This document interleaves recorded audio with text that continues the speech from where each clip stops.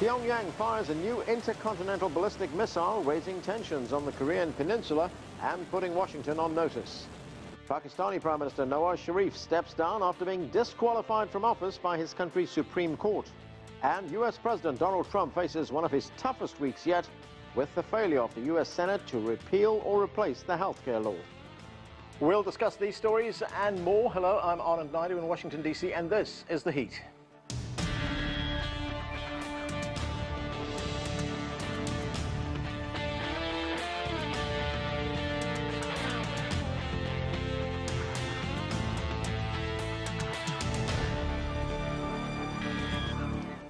The Democratic People's Republic of Korea has once again violated United Nations resolutions by launching another missile.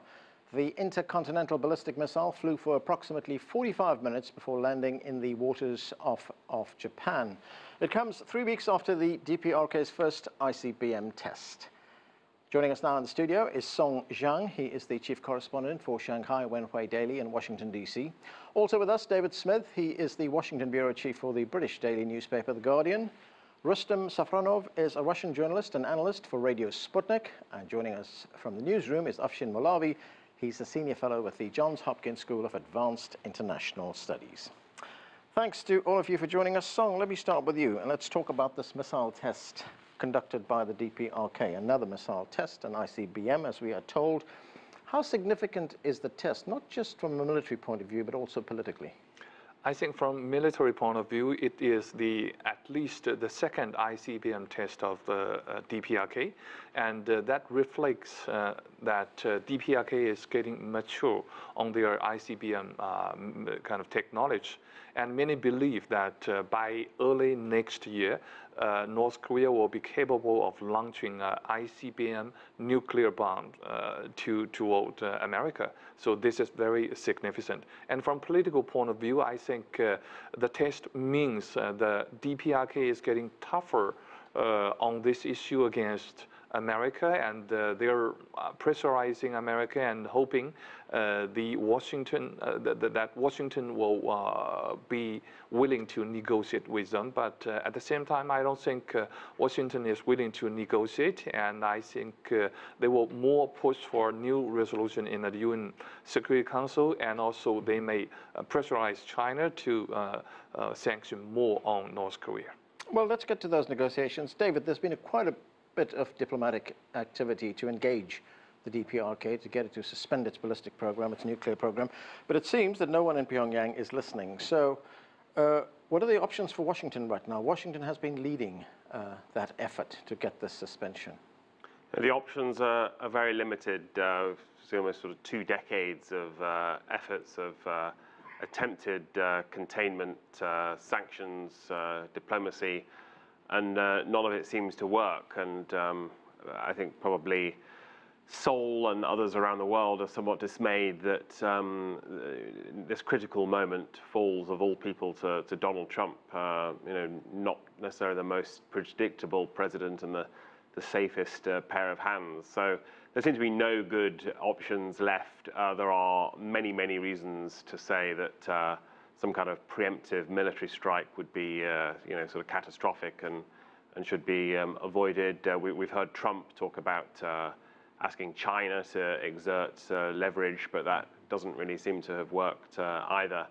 And there appears to be just a sort of a status quo, an attempt perhaps to impose more sanctions or more diplomatic pressure, but no one's quite sure where it's going to lead. I think Russia could play a significant role participating in that negotiations, but with recent development and strained Russian-American relations, doesn't seem that's possible. But would the opportunity be, would Russia make a good, honest broker here, be seen as someone not taking sides? Well, Russia obviously share that vision. Russia doesn't want North Korea became a nuclear power and developed missile technology. So from that perspective, I don't see any contradictions. And Russia wouldn't want anything closer to the border, a horrible military conflict with a possible usage of the nuclear weapon. Okay, let me bring in Afshin from the newsroom. And Afshin, South Korea has a new president, recently elected, President Moon Jae-in, who seems a lot more open to negotiations than his predecessor. He's even proposed a visit to Pyongyang. He says he's quite happy to take part in negotiations. He's proposed resuming family visits across the border and also resuming the so-called sunshine policy. Do you see any of that working?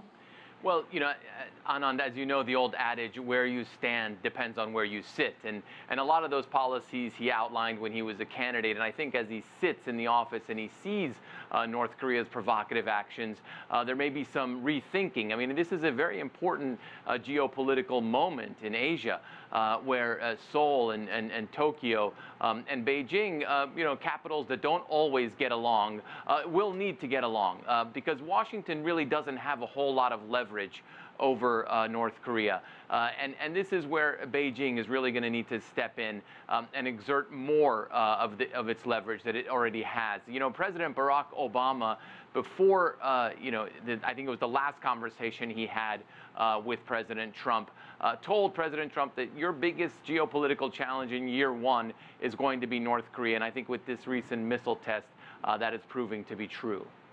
Rustem, one of the options that I've heard one analyst talk about here at Washington is for the United States, for the other parties involved, the initial 6 parties, for them to accept that the DPRK is a nuclear state. That's it. You're going to have to accept that because they're not going to dismantle their nuclear program. And once that is accepted, the only other option then is a policy of containment, deterrence, I guess.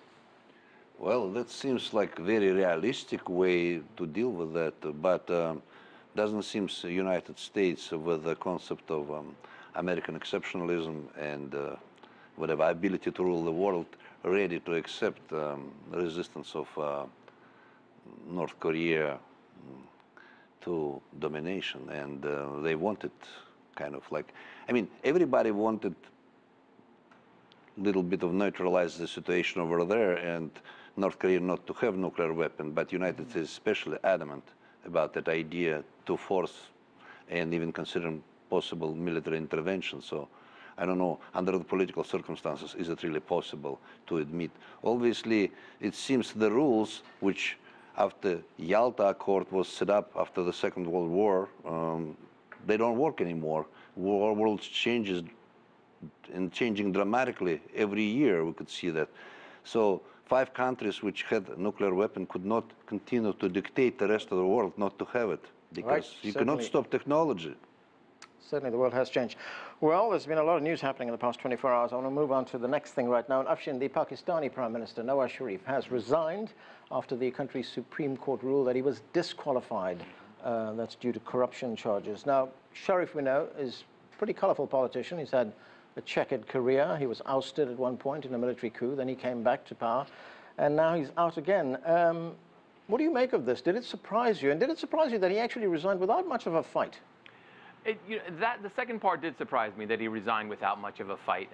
But I think this was coming. And I think one of the reasons that this was coming is Nawaz Sharif always had a tense relationship with the Pakistan military.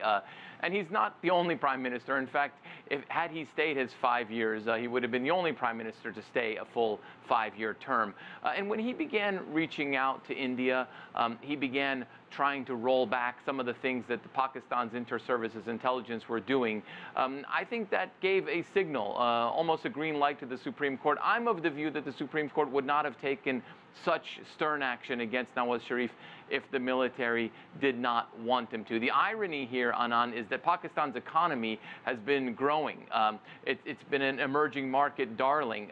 The China-Pakistan economic corridor is bringing, new electricity and new power to Pakistan that which has been always a stumbling block to Pakistan's economy. So he left at a time when Pakistan was on the rise, and I think he could have taken some credit for that had he stayed in.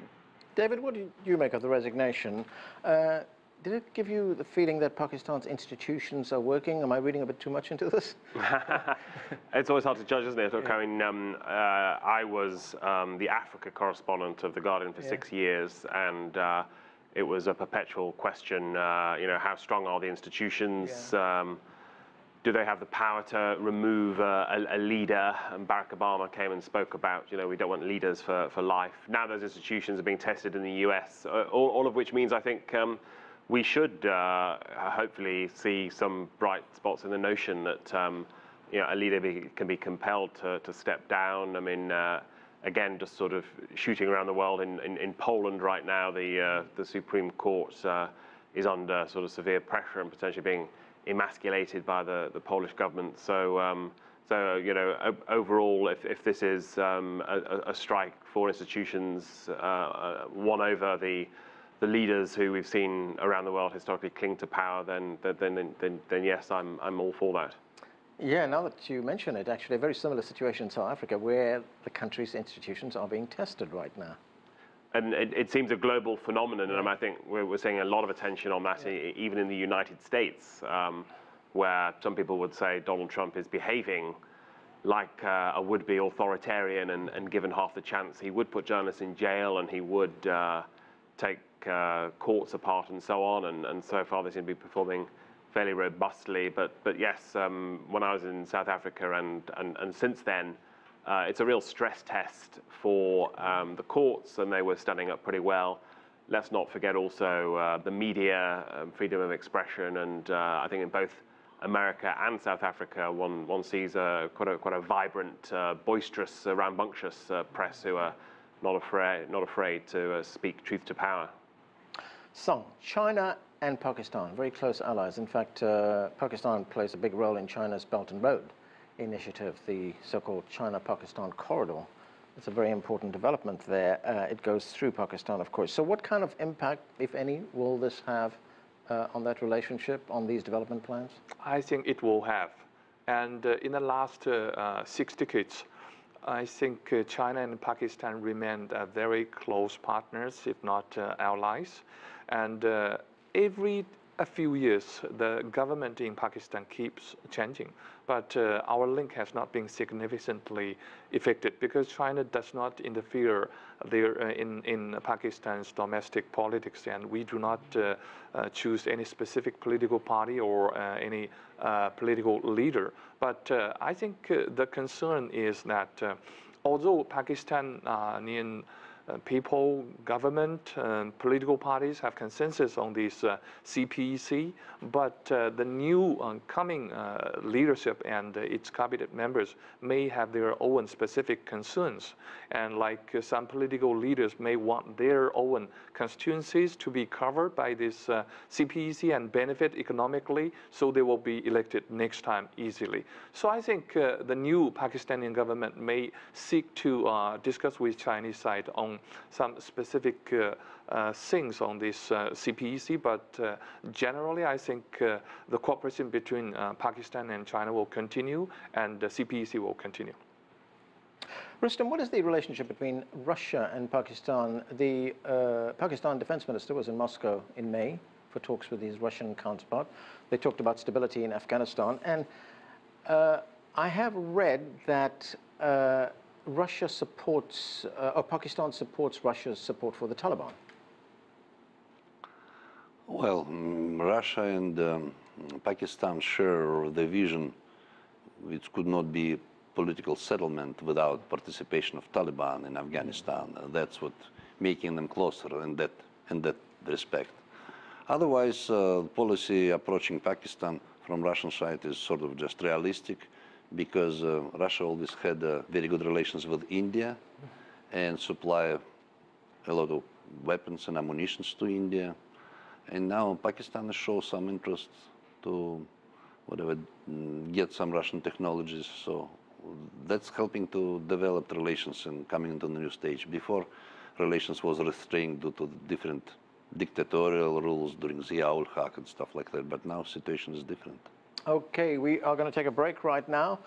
Next, Russia responds after the US Congress proposes new sanctions for its alleged meddling in the 2016 election. Stay with us, you're watching The Heat.